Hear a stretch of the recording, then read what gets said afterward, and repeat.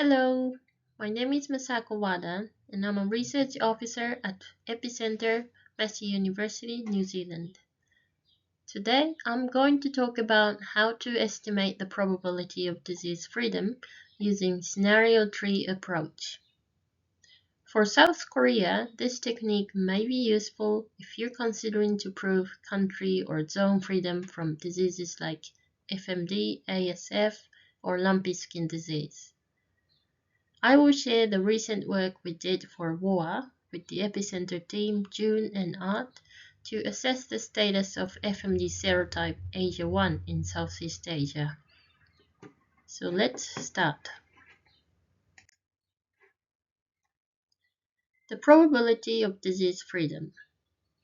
This information is essential for proving absence of disease after an elimination effort or assessing the status of disease that has not been reported for a while. This information has many economic implications for a country and is essential for maintaining safe trade, informing surveillance strategies, and gaining public trust. For example, for WOA's notifiable diseases such as FMD, ASF, and avian influenza, establishing confidence in freedom of these diseases supports international trade negotiations or access to lucrative markets by demonstrating compliance with animal health standards and fostering trust among trading partners. Also, it informs the robustness of existing surveillance systems or highlights key areas that require improvement to enhance overall surveillance strategies. It also assists defining disease-free zones or compartments, which is useful for targeting control measures or maintaining trade from unaffected regions. It also enables policymakers to assess the success or failure of elimination programs and justify their continuation or modification.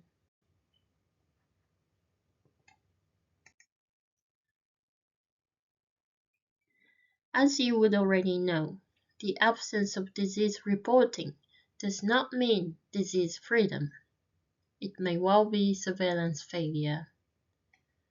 The chance of disease detection can be affected by many reasons. For example, it may be because clinical signs are mild and infection is missed by animal owners, or lack of awareness, or owners don't have enough knowledge to notice disease. When there are economic constraints, farmers may choose not to consult veterinarians. Besides that, farmers may have low incentive to report disease due to fears of negative economic impacts or lack of treatment options. Active surveillance can help detecting disease of interest, but it's usually costly. Resource limitations often constrain covering a large sample size, larger areas, or longer duration, leading to missing infection. Some diseases may be challenging to diagnose in the lab. Even if samples are taken and sent to the lab, the results may come false negative if the test performance is not good. If a disease is rare, then it's challenging to detect the disease in the population, even if it is present. So how do we assess the situation of no reporting in a country?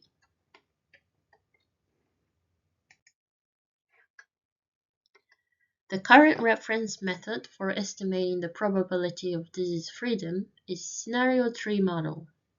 It has been widely used for various diseases in various countries. We can build scenario tree models following these easy steps. You can use spreadsheet, R, a piece of paper, anything you feel comfortable with. First, we must determine the design prevalence. This is the threshold or the minimum prevalence for the surveillance to detect the disease in a population. It's typically set low, such as 1%, 2%, or 5%. We can also consider different clustering levels at the herd level or at the animal level. Then we draw a tree representing the surveillance system. A tree may include infection nodes, categorical nodes, or detection nodes, each node representing the possible scenario. A tree can include multiple branches representing multiple surveillance system components, such as passive surveillance, abattoir surveillance, or targeted surveillance in the high-risk populations. We then collect data which would inform parameters for the tree, typically the probability of each detection node or the number of samples tested. Then we estimate probabilities. The probabilities can be calculated using these formulae you may have learned at the school math class. First, the surveillance sensitivity.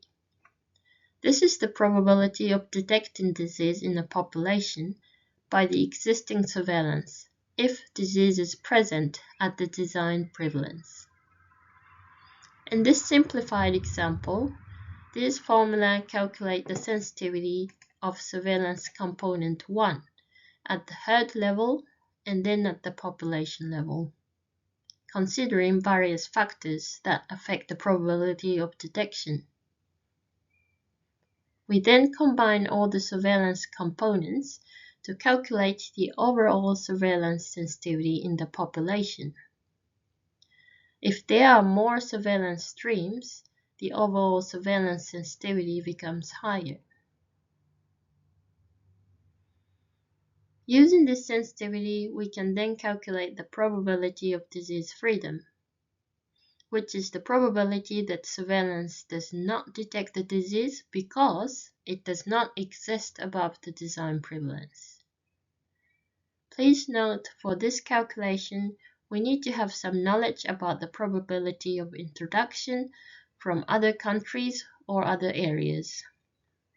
The calculation incorporates a prior, representing our belief on the likelihood of disease freedom, which gets modified over years of no reporting.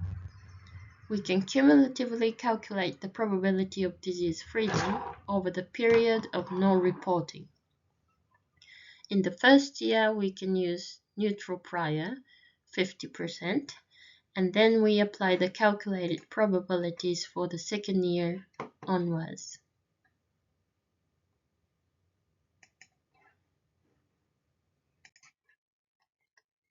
Now let's look at the case study.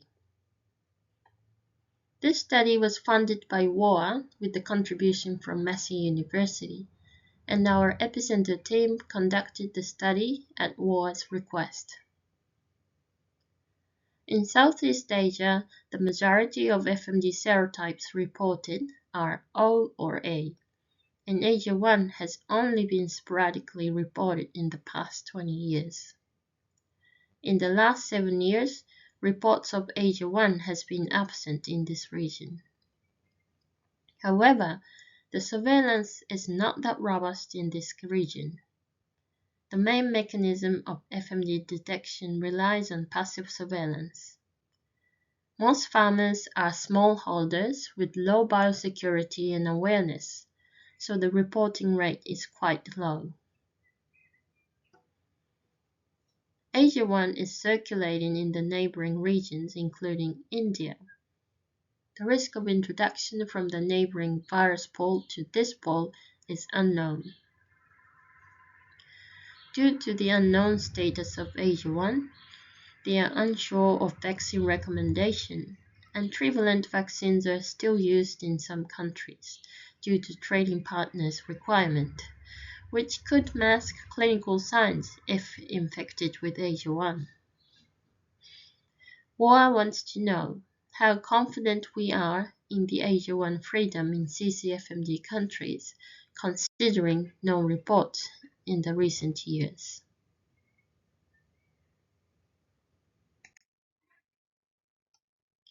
So we built the scenario tree model.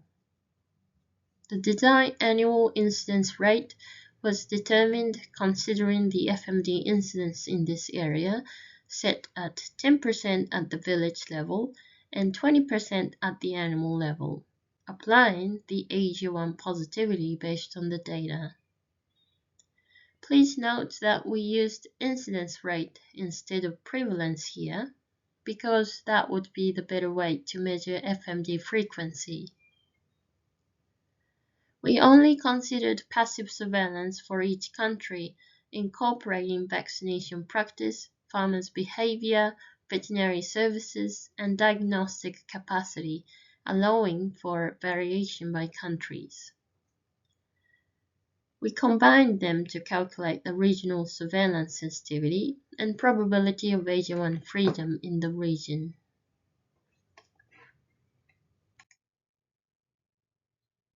Data were collected from the FMD reference labs. They report the number of samples tested and the results of serotyping, so we extracted them to estimate Asia1 positivity. We also conducted online survey to collect expert knowledge from each country, which then informed the parameters of scenario tree models.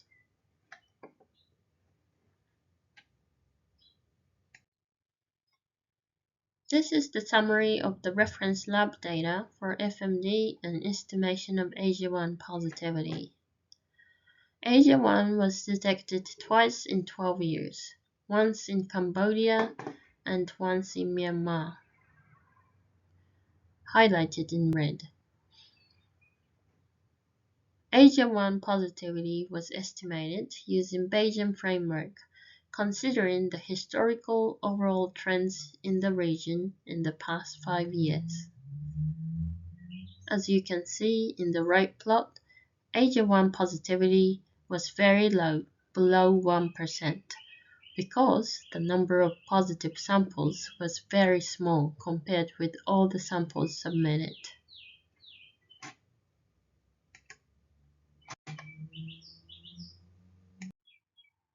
For the expert knowledge, we got responses from a median of 2 per country.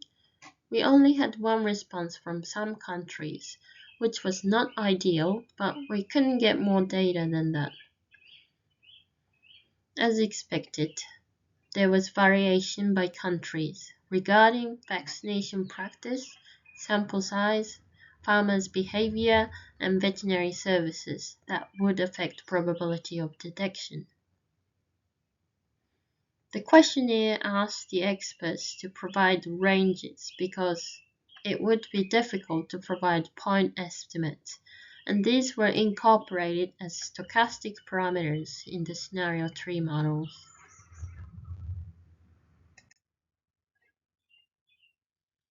Here are the results of the scenario tree model.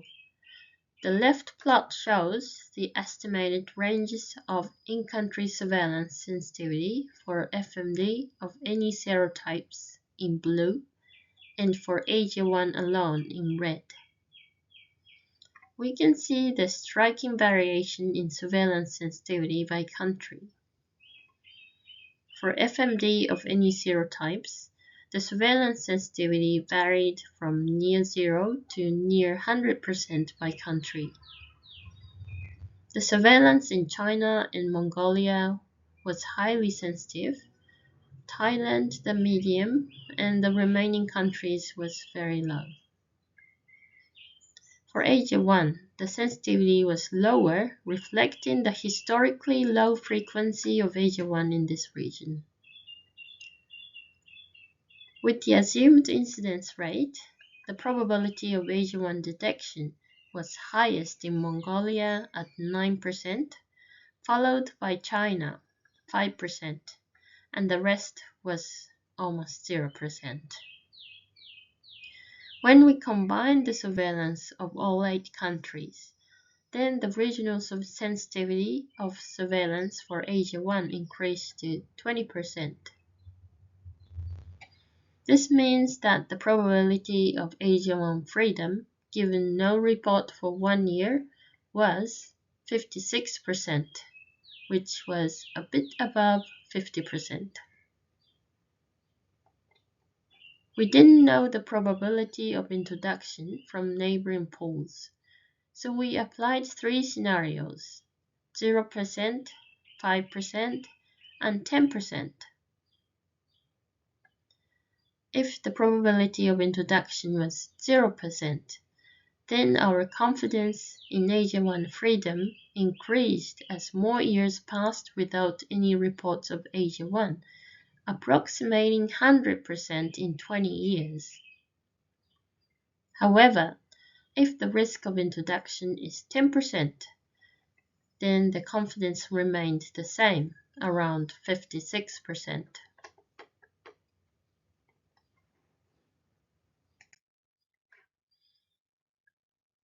The result was a bit inconclusive to establish Asia1 freedom in Southeast Asia due to low sensitivity of passive surveillance and unknown introduction probability.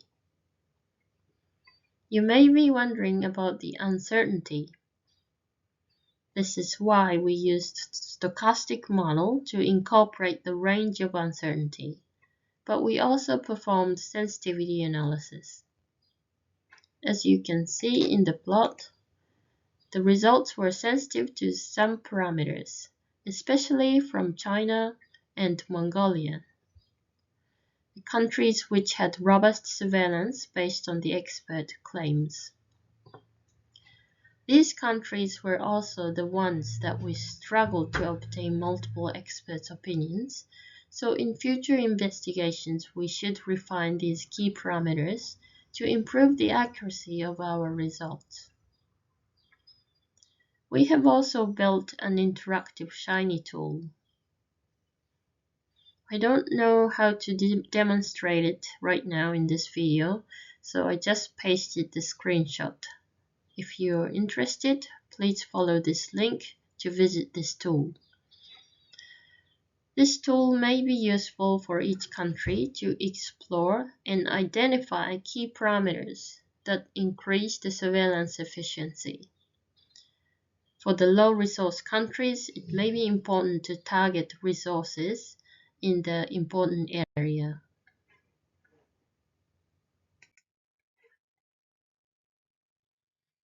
To summarize, we have demonstrated the use of scenario trees using Asia1 in Southeast Asia as a case study.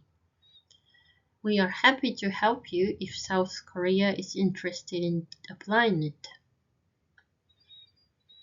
This is a useful tool for estimating the probability of disease freedom in a country or a zone. It's also helpful for understanding the effectiveness of the surveillance and identifying areas to allocate more resources for improvement.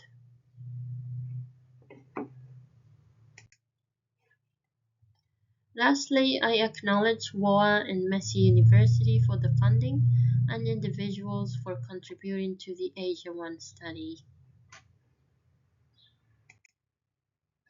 I also list the key reference papers here if you are interested. Thank you for your attention and having me at this workshop. Please contact me if you have any question or feedback.